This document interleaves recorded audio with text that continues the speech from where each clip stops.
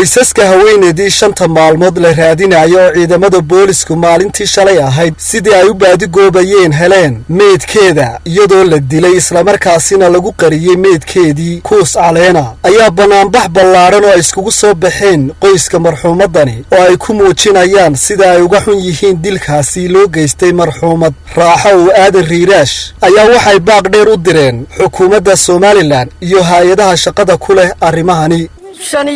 intaasoo dhan baa la wiirtaabay intaasoo dhan baa 7 cisha la wiirtaabay hadduu sheego gacan baa iga dhacday yadhaa ama dadku sheego yaruun baa la odhan lahaa dhagarta iyo dhiiggu way dhici jirtay sidaan Soomaali lagu arag iyaa la arkay hooyo samri mayna tiyoo lana samirsiiya maahee tiyoo la agdhiga maahee samri mayna waxaan leenahay ninka gacan ku dhiig lahaa ee walaasha soo galay qof filaadano shahaadana halka lagu arkay inuu ku dulducaysto qof wax tira waa la arkay laakiin lama arag qof intuu xalay qashay caawna xoolo qasho qof ka qayb qashay beritoona kuwa kalun buu sameyn annaga sida ugu dhaqsaha badan leh taasaan ogolnahay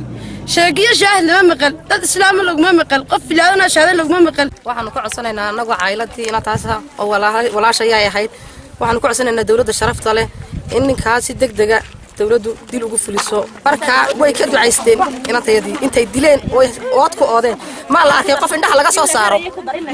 in ood laga soo qof indhaha laga saaro ma la arkay oo ay kuus ku rideen oo ay kuus 6 maalmood ku jirtay oo 6 maalmood kolkay kuuskii ku jirtay maalintii dambana la qabtay iyadoo qaadayaan ay ku rarayaan gaari ay dawladdu ku qabatay oo intaanay leeyaan doonayeen dawladda sharafta leh waxaan ka codsanaynaa in si degdeg ah walaashay loo raaciyo ninka calankeena maalintii uu hortaagnay dawladda sharafta leh waxaan ka codsananaa sidaa uu inantayada cawska ugu tiriyay in loogu tiriyo dawladda ka codsananaa bismillaah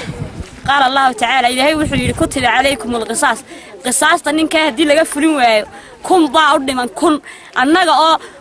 waranka ka kugu taaga kii kugu lululaa ka sii xanuun badan walaashay oo u dhow oo idha ka jifada oo aan wax noo dhaxeeyaanay jirin markaas isaga kii cagaagan oo xaafadda dhex jooga ayaan ugu tagay albaabkii oo balaqan baan galay buu yiri cagaf baan ku kuriyay buu yiri caleen markaas waxaan arkay buu yiri afartii reerka oo banaan ayaa soo galay gogashiisii oo taalo waan arkay uu seextay waxa la yaala waxa uu ka sheegay waxa uu nooga sheegay toona ma ay jirin waa Cabdirasaaq Axmed Hayaan ilka Case shabakada wararka ee Gabiley News Network magaalada Gabiley.